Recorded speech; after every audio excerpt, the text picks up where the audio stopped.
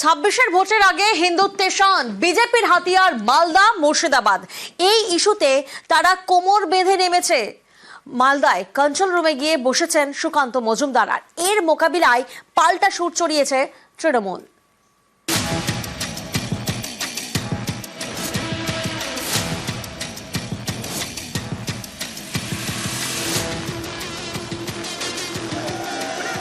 পশ্চিমবঙ্গে একের পর এক ইস্যুতে ভোটের ময়দানে নেমেছে বিজেপি। বরাবরই ফেল এবার বিজেপির অস্ত্র হিন্দুত্ব।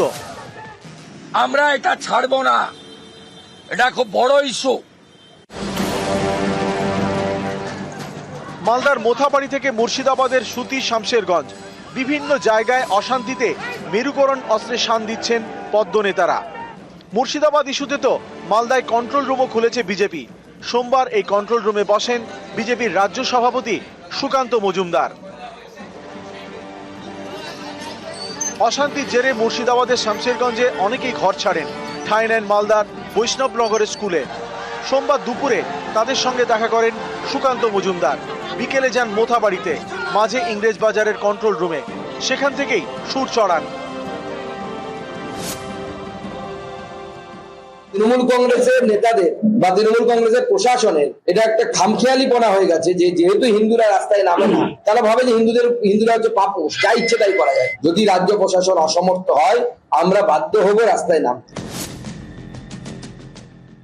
যারা মিথ্যা রটাচ্ছে, পরক্ষণে ঢোক গিলছে, আবার মিথ্যা, আবার উস্কানি, এটা হচ্ছেটা কি? একসময় এরা বলতো দুর্গাপুজো হয় না, বাংলায় দুর্গাপুজো হয় না, তৎকাল বিজেপি গুলো এসে আমাদের হিন্দুত্ব শেখাবে। গোবলয়ের হিন্দুত্ব এখানে চাপাতে চাইছে।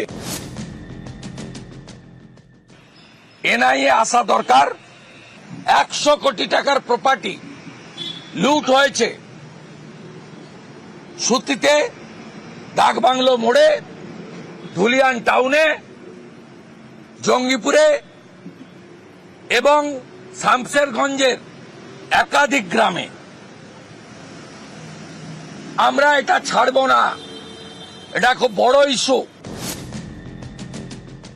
হুলিগানিজম এর একটা শেষ হয়, এর পেছনে কারা সেটা নিয়েও অনুসন্ধান হওয়া উচিত। যারা এই পরিকল্পনা করেছিলেন তাদের ধিক্কার জানাই এবং পুলিশকে বলবো কঠোরতম শাস্তি এদের জন্য দিতে কোর্টের মাধ্যমে। বিজেপির কোন নেতা তাদেরই এই প্ররোচনা, হঠাৎ করে ওয়াকফ বিল, হঠাৎ করে ধর্মীয় বিভাজন করা, হঠাৎ করে হিন্দুত্ব জিগির তোলা, সবাইকে নিয়ে ধর্ম নিরপেক্ষ আদর্শ বাবা সাহেব আম্বেদকরের সেই আদর্শ নিয়ে আমরা বাঁচব। শুক্রবার দুপুর থেকে উত্তপ্ত মুর্শিদাবাদের সুতি শামশেরগঞ্জ। হামলা, ভাঙচুর, আগুন, লুট, মৃত্যু কিছুই বাদ নেই। এই পরিস্থিতিতে সোমবার শামশেরগঞ্জের জাফরাবাদে যান সিপিআইএম এর রাজ্য সম্পাদক মোহাম্মদ সেলিম। এদিন দুপুরে শামশেরগঞ্জের ধুলিয়ানে যান জঙ্গিপুরের তৃণমূল সাংসদ খলিলুর রহমান। তিনি শামশেরগঞ্জেরই বাসিন্দা। এদিন ধুলিয়ান বাজারে তিনি বিক্ষোভের মুখে পড়েন।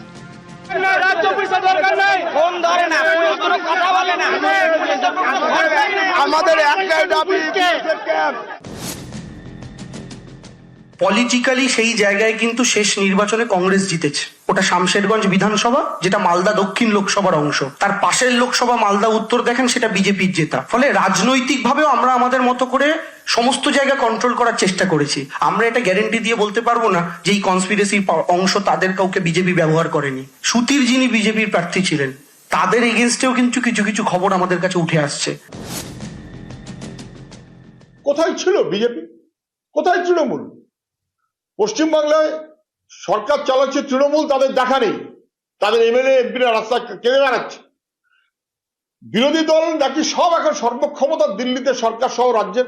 বিজেপি কোথায়? তারা শক্তি কম বেশি যাই হোক তাই নিয়ে আমরা মানুষের দরজায় দরজায় গেছি, হাত জোড়ো করে বলেছি যে কেউ আইন হাতে তুলে নেবেন না।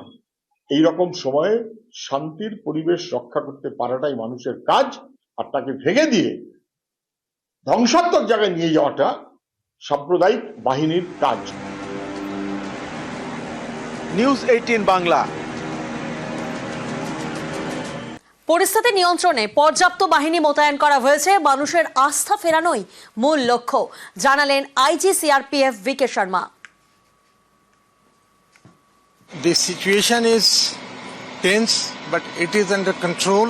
8 companies of CRPF, including 4 RAF companies, are deployed here. Increase in confidence of people. Wherever we have gone, they are asking for the forces to establish their camps inside. Based on our resources and capability, we will decide on establishing the camp. Even if we do not establish the camp, we will be covering those areas on foot patrolling, on vehicular patrolling, with flag marches. নতুন করে অশান্ত মুর্শিদাবাদের জাফরাবাদ। আজ ফের হামলা জাফরাবাদে, বাড়ি ভাঙচুরের অভিযোগ। পরিস্থিতি নিয়ন্ত্রণে এলাকায় পুলিশ ও কেন্দ্রীয় বাহিনী।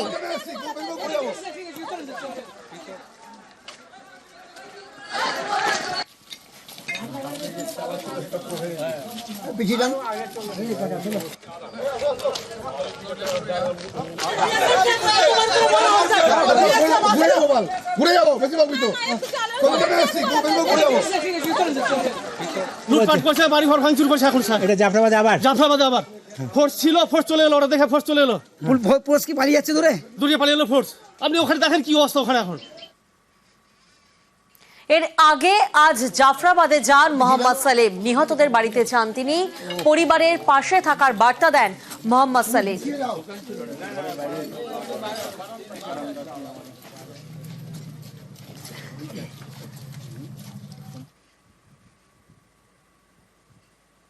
জাফরাবাদ, বাবা ছেলেকে কুপিয়ে খুন।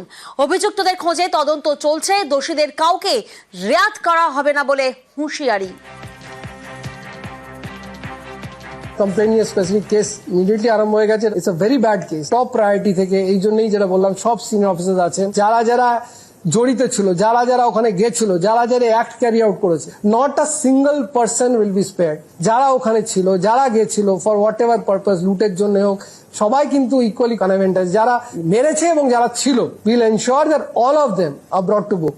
আমরা দেখলাম স্থানীয়দের আস্থা ফেরাতে রুটমার্চ চলছে, কড়া নজরদারি রয়েছে। আর এরকম একটা পরিস্থিতিতে স্বাভাবিকের পথে সুতি, শামশেরগঞ্জ, ধুলিয়ান বাহিনী রুটমার্চে আস্থা ফিরেছে।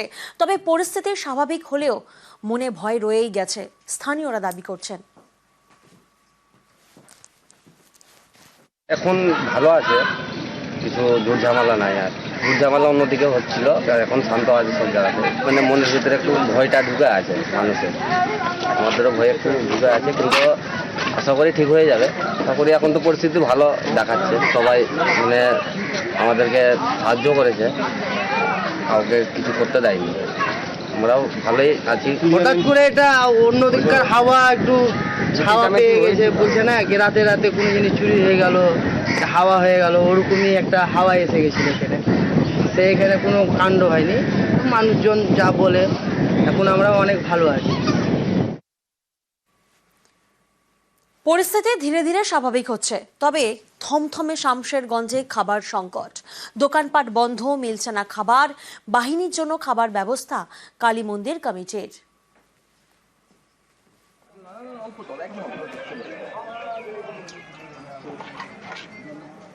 দোকানপাট বন্ধ রয়েছে ঠিকই, তবে কালী মন্দির কমিটির তরফ থেকে কিন্তু খাবারের আয়োজন করা হয়েছে।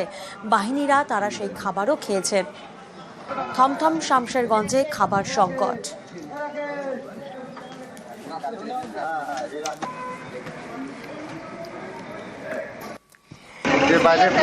খাবার পাচ্ছে না কোনো জায়গাতে, সেই জন্য টুন্নু সিং এটা বলেছে এখানে রান্নার ব্যবস্থা করতে বলেছে। সকাল থেকে দিচ্ছেন না, দুপুরের খাবার, রাতেরও খাবার হচ্ছে। কি দিচ্ছেন? কি এই তো এখন খিচুড়ির ভোগ, এখন রাত্রে বেলাতে ভাত হবে আর আলুর দম। তো খেলো ফোর্স? হ্যাঁ, অনেক খাওয়া হয়েছে।